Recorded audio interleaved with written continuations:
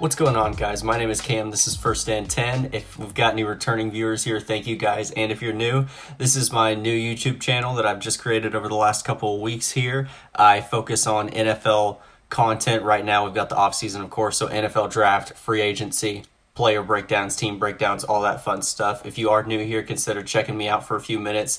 See if you like what you see. Obviously, I don't have a great intro going, but, we're working as we go here.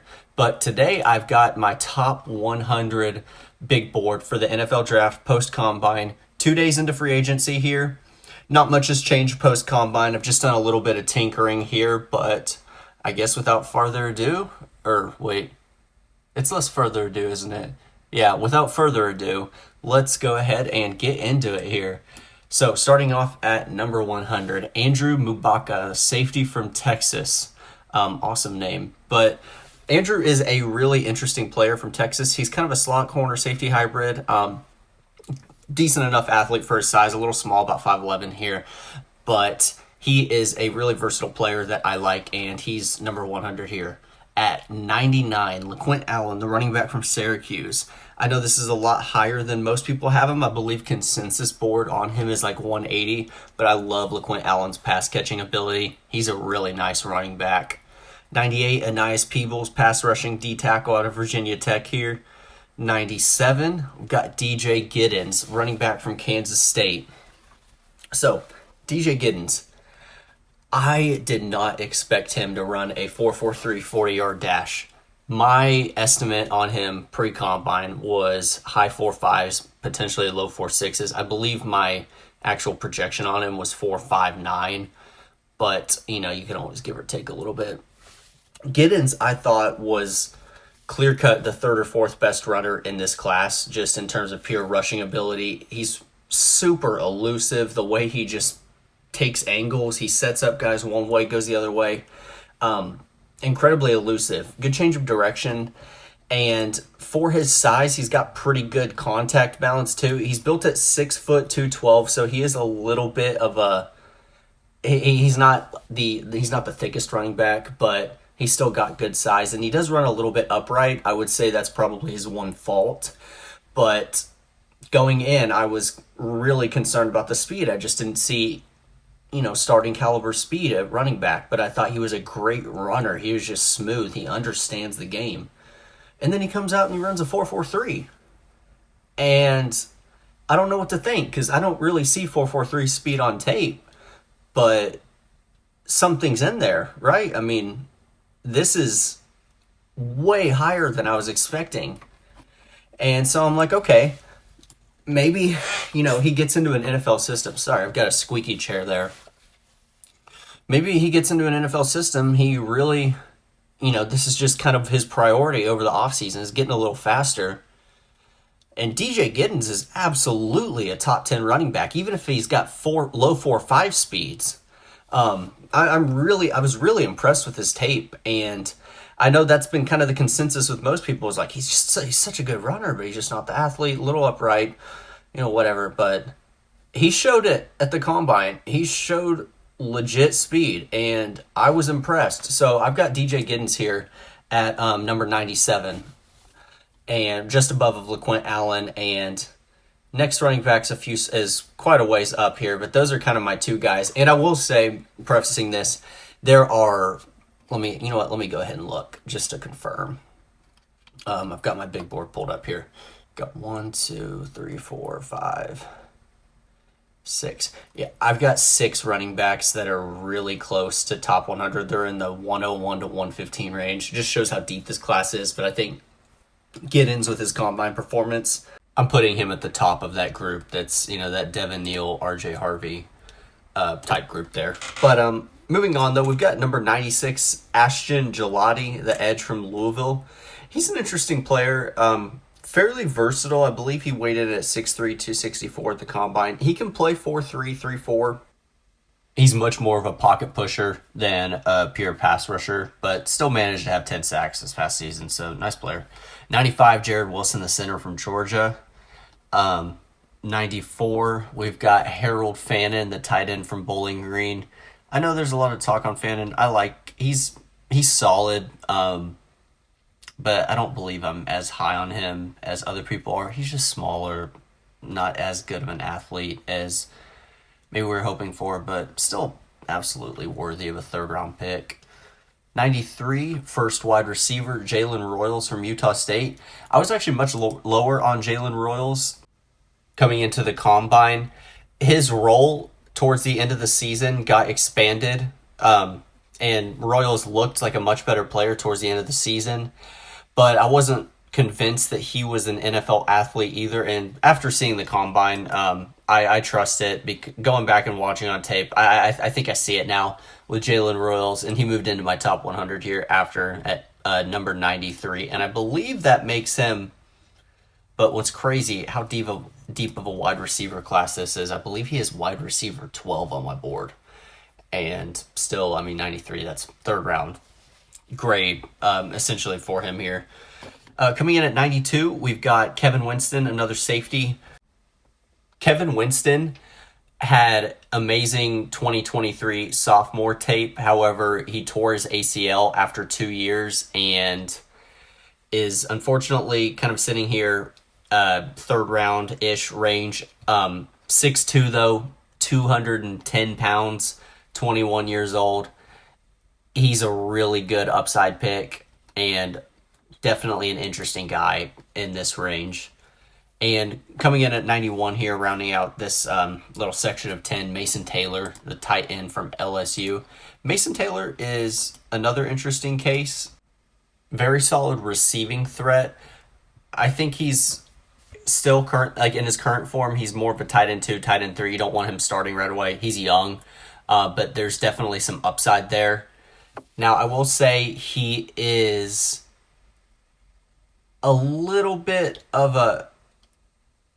He's not an elite athlete. He's smooth. He's real smooth. There's a little bit of nuance to his movement. However, I wouldn't say he's the best athlete, but he's young, interesting player. Absolutely, definitely a developmental third round tight end. And I think him and Harold Fannin being so close, it's kind of a what type of player do you want? Harold Fannin's a little more gadgety. Mason Taylor a little more traditional. But let's go ahead and get into my 90 through 81 here. Number 90. This might surprise a lot of people, but I've got Jackson Dart out of Ole Miss. I have Jackson Dart graded slightly higher than I did Spencer Rattler last year. And based on the value of quarterbacks and especially the need with a lot of teams, I have no problems with taking Jackson Dart in the second round.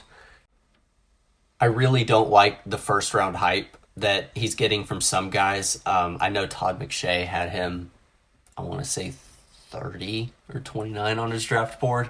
And no disrespect to Todd McShay, he is an amazing analyst who has been in this game for a long time. However, I just view him a lot differently than, I suppose, that side of the community.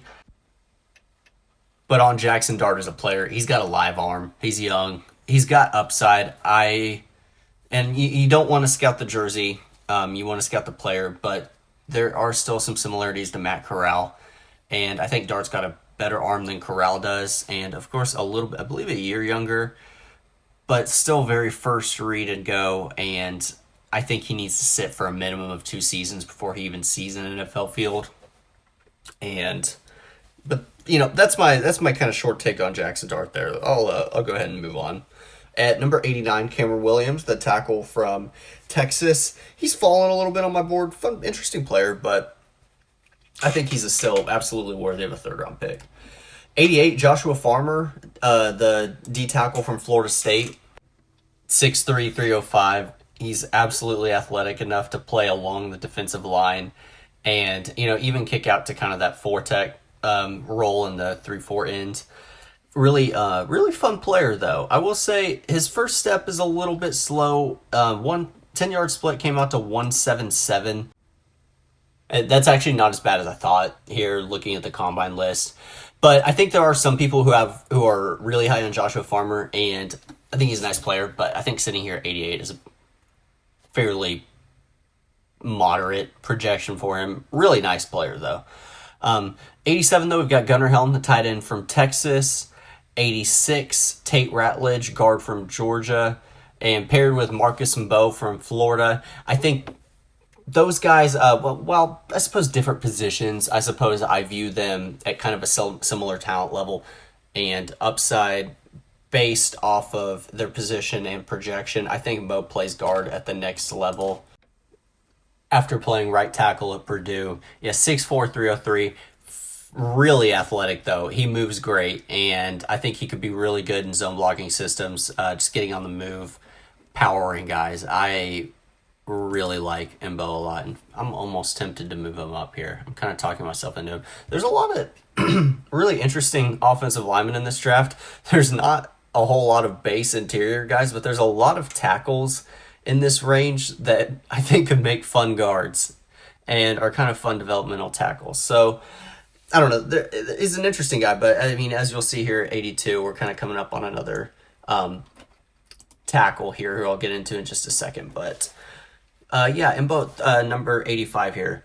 And 84 and 83, we've got Jordan Birch and Braden Swinson. Kind of just, again, your pick your type of player depending on your system. Swinson's a little more versatile. Kind of, he could play a little more 3-4 backer.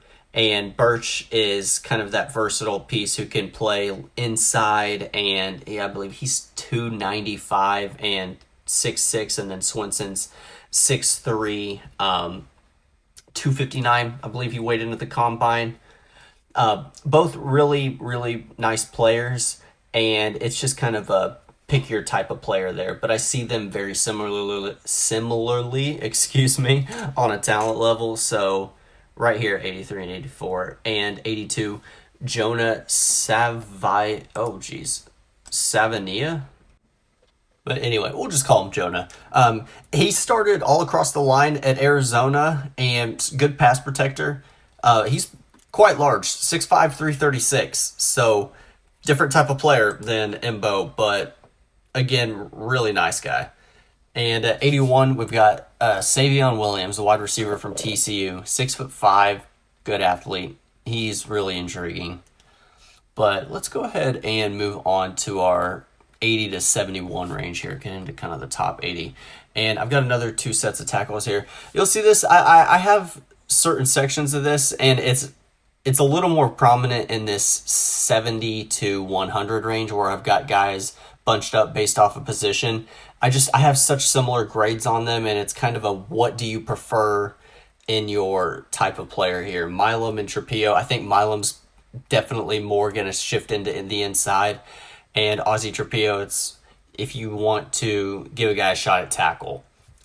It's just kind of what do you need in the draft, but I think these are both very similar players who, by the way, if you took in the back end of the second round, I would not see that as a reach whatsoever. There's a couple offensive linemen here that are borderline, and they've been moving up and down throughout my board. There's a lot of intriguing guys, though. But coming in at number 78, this is a guy that I was really looking forward to talking about, Bashal Tutin.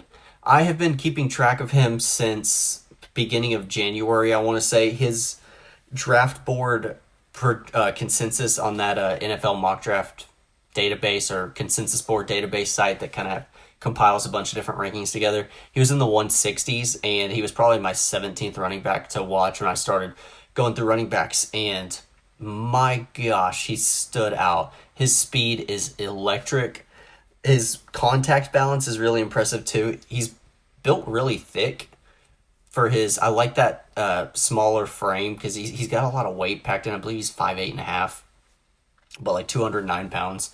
And of course the 4.3 speed. I made a short talking about Bashal Tutin before the combine, talking about how he was the fastest running back in the draft. So not to shout myself out there too much, but that's my only real proof that I was high on him before the draft. So, but Bashal Tutin, I've got him at 78 on my big board.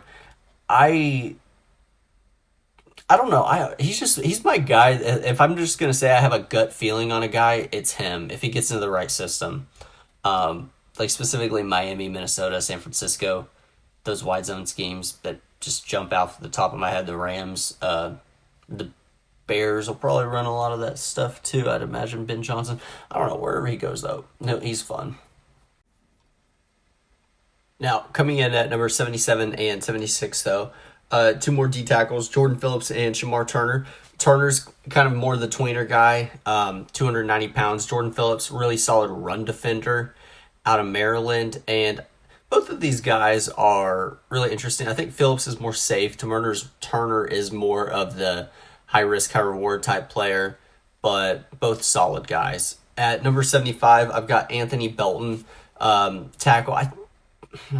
I think he moves into guard, in my personal opinion, rather than play tackle. But NC State has had a good reputation of putting out offensive linemen into the NFL, and Belton's another one in that line of guys. So coming in at 75 here, got Anthony Belton.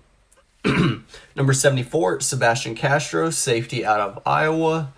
Number 73, Charles Grant, tackle out of William and Mary, one of the FCS schools. I love Charles Grant. 34 and 3/4 inch arms, 6'5".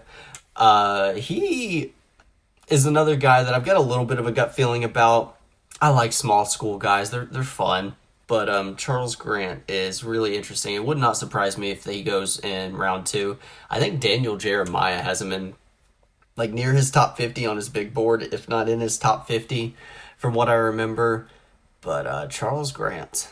And coming in at number 72, Xavier Restrepo, out of Miami, everyone's favorite white slot receiver of the last 2 years. Ooh, who was that last guy? Lad McConkey. How can I forget? Lad McConkey dominated last year. So I guess you really say Xavier Restrepo of this year. Restrepo, I think, is a little more Cole Beasley, in my opinion. 5'9", I believe about 190. No, he's 200 pounds.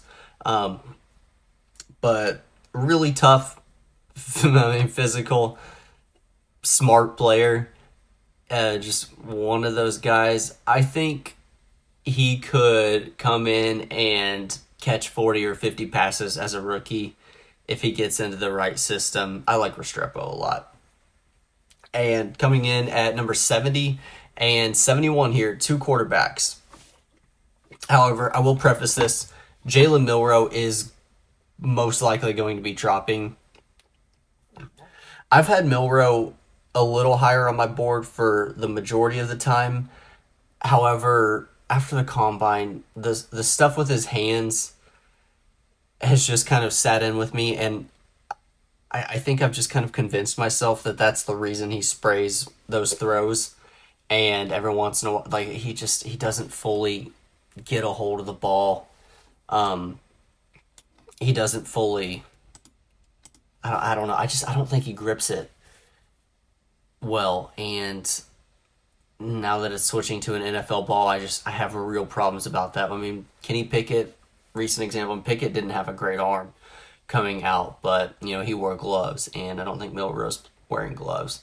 So I think I'm kind of talking myself out of Milroe here, and I still like him as a player because when he is on, he is fun, and of course he is one of the best athletes in this draft.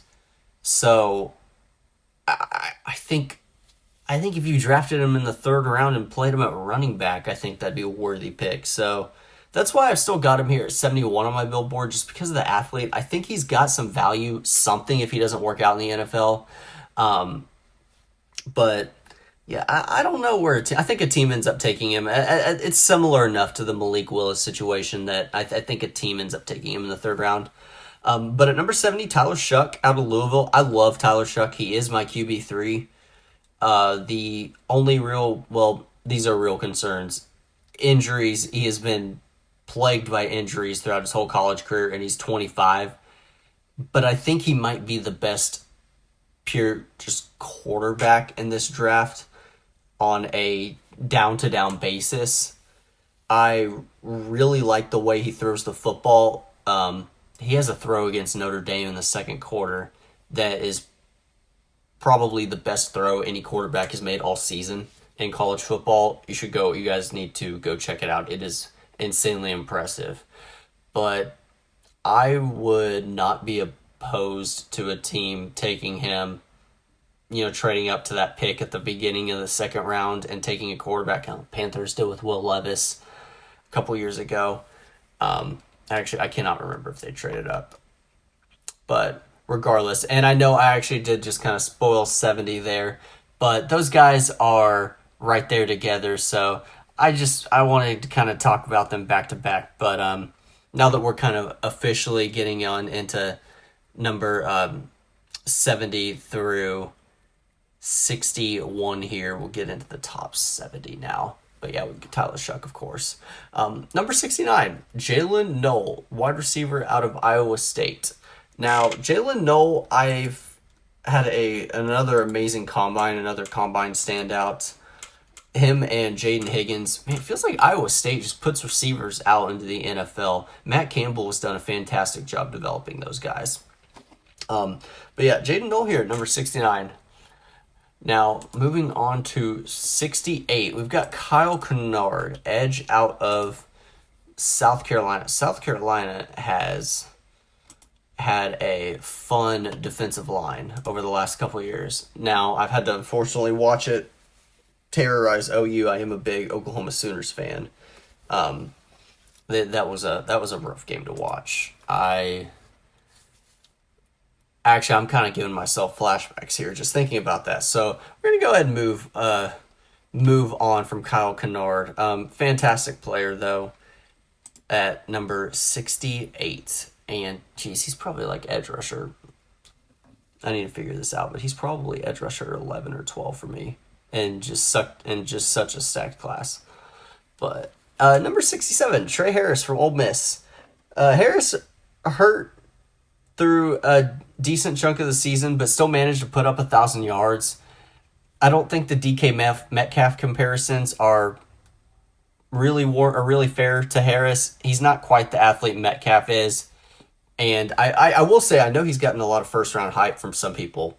But I'm gonna kind of scale back the hype on Trey Harris. He's really fun, and I've got a second round grade on him. I mean, geez, players 20 through 50 are so similar, and you could absolutely argue would be worthy of first round picks, and players 60 through 90 are mostly second and third round grades for me. So I mean, this is an insanely deep class, and these guys, I could sit here and tinker with this all night and end up with guys. I could sit here and move a guy 102 times and end up with him 2 spots ahead or below of where he was. It's this class is so deep. It's so fascinating though. But let's go ahead and move on. I'm kind of getting on a rant here. 66, Demetrius Knight, linebacker out of South Carolina. Number 65, Josiah Stewart, edge out of Michigan. Now, Josiah Stewart played in 11 games this season, and I am going off of this graphic that I saw on Todd McShay's show. But Josiah Stewart led the country with a 27% pass rush win rate. That is absolutely insane. He is a pure pass rusher. Really interesting player. One of my favorite guys in this class too. I feel like he could come in as a rookie and just be like that pure third down pass rush specialist in nickel packages, and be one of those guys that ends up with like 6 or 7 sacks, averaging 15 snaps a game. Really fun guy. But let's go ahead and move on here. Number 63 and 64, 2 running backs here. Trevion Henderson and Cam Skattebo. Now, this might be a little bit of a surprise, not being the first Ohio State running back to be revealed here. In Henderson, I'm sure some of you guys are a lot higher on Henderson. I know Henderson and Judkins, that debate's kind of been back and forth here. I'm a big Quinshon Judkins fan, but Trevion Henderson is still a stud. I would scale back on the Jahmyr Gibbs comparisons just a little bit with Henderson. Still a really solid athlete, but did come in at 202 pounds. I've got some concerns about the vision, but regardless, he is a dynamic runner, really good change of direction, incredibly elusive. Good ball security too, holds onto the ball very well. good pass catcher, and he does a great job of falling for extra yards whenever he gets hit. He does a good job of contorting his body different directions, falling for different yards, falling for more yards than his size necessarily would tell you. But right in front of him, though, Cam Skattebo, it's again kind of your preference for running back. Skattebo is much more of the James Conner type runner. Henderson's a little more like Reggie Bush, I would say. Skattebo, though, I think. Also, I just want to mention his receiving ability is very. It's not something you would expect, but it's very appreciated watching him. He's just a smart football player. When you watch him play, he gives it his all every down, and you just love to see it from a guy in Arizona State who really he brought Arizona State on. He put Arizona State on the map this season. But yeah, Cam Skattebo, really fun player. Number 62, Jacob Parrish, corner out of Kansas State, 5'9". He did play outside corner at Kansas State, but I think he's absolutely going to play 90% nickel in the NFL.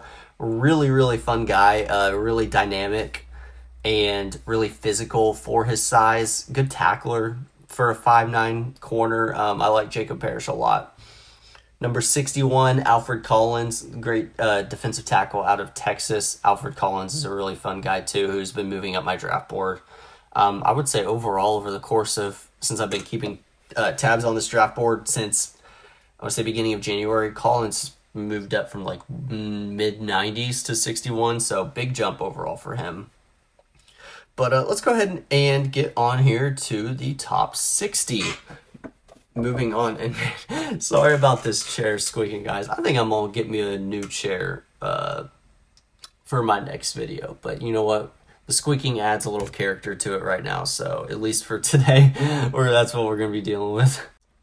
But yeah, anyway, number 60 here, Xavier Watts, safety out of Notre Dame. Xavier Watts is an interesting guy too. He's a converted wide receiver, great ball skills, but I will say his actual safety play, it's inconsistent to say the least. But absolutely really high upside with his ball skills and definitely has a lot of early day 2 consideration. At number 59, Jared Ivey. I think he's kind of the number 1 3-4 D end out of Ole Miss. I guess in that traditional sense, the 3-4 defensive end role. Jared Ivey is, I believe he's listed at about 6'6", 290, 285, right around there. So great size. He's a former basketball player, kind of has that former power forward type build. So I like him a lot. I think he's a very high upside player in the right system. At number 58, Elijah Arroyo, the tight end from Miami. He would be my number 3 tight end on the board. Arroyo, really good athlete.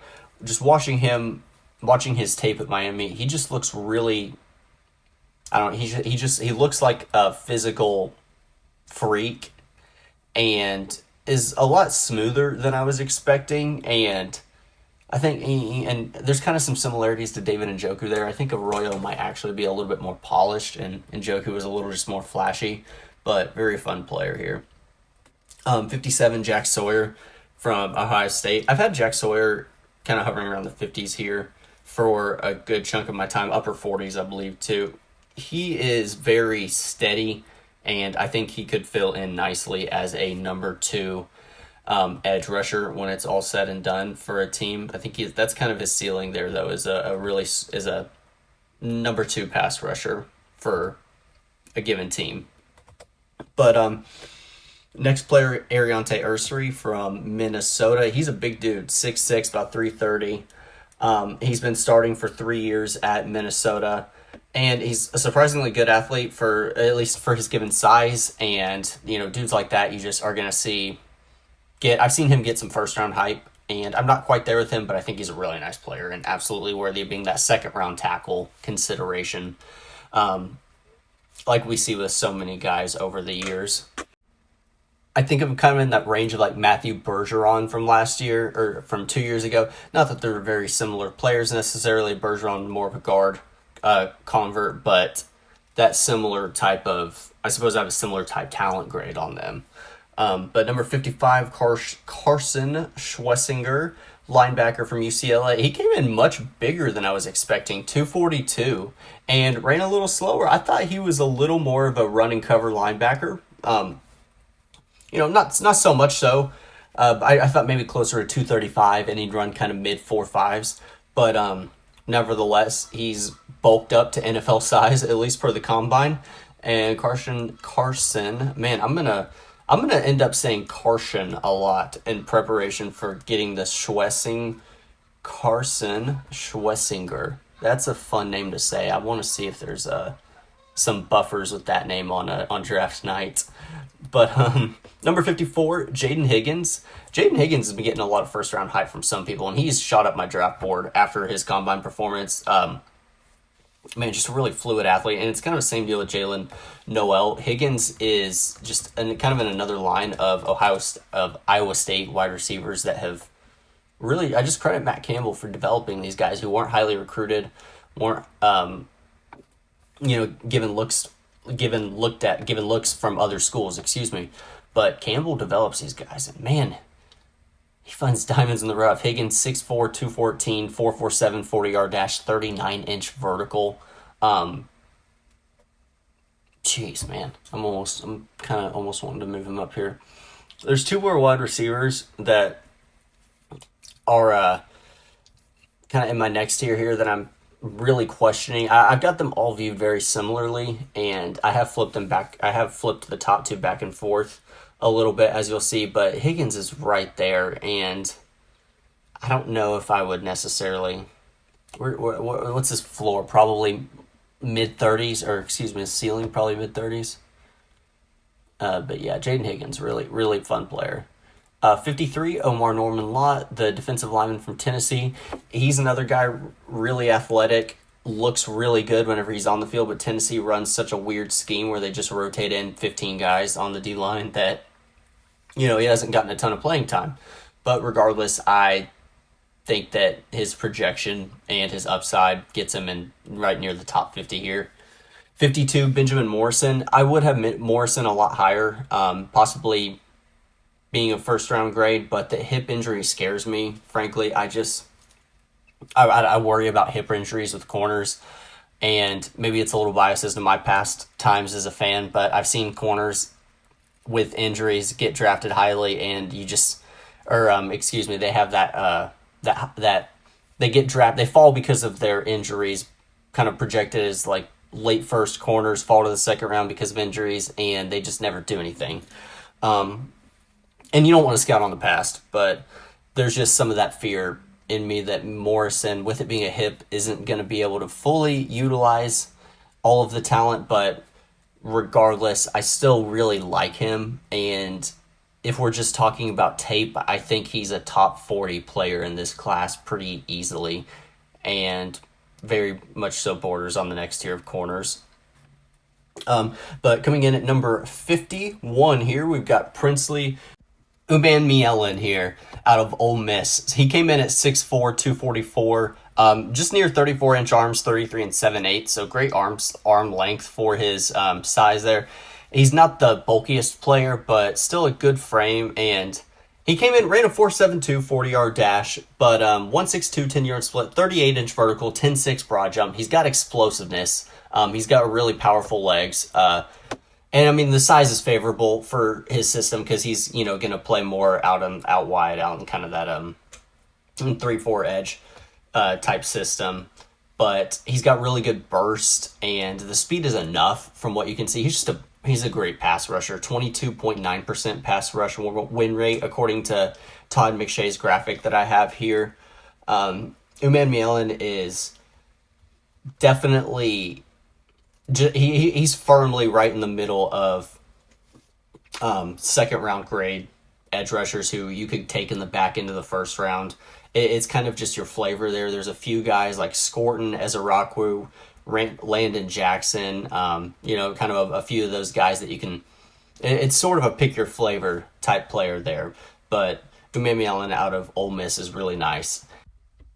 Wow, as I'm looking here, that wraps up 50 players that we have gone through. I think I'm going to go ahead and cut this video in half and do the remaining 50. I will have them out. What would that be? I guess tomorrow, so Friday for you guys, probably when this video comes out, Thursday or Friday, right around there. And I would love to make these hour and a half long videos. I suppose it just kind of depends on how well this one is received. But if there is anyone who is still here through the end of the video, thank you so much for watching. Your support is much appreciated. Leave a like and, feel free to share this video with some of your friends, because I'm still trying to build this channel here, and any sort of support and traction I can get goes a long way into keeping me motivated to post these videos online. But anyway, yeah, thank you guys. My name is Cameron. This was First and 10, and I hope you guys have a great rest of your day. Take care.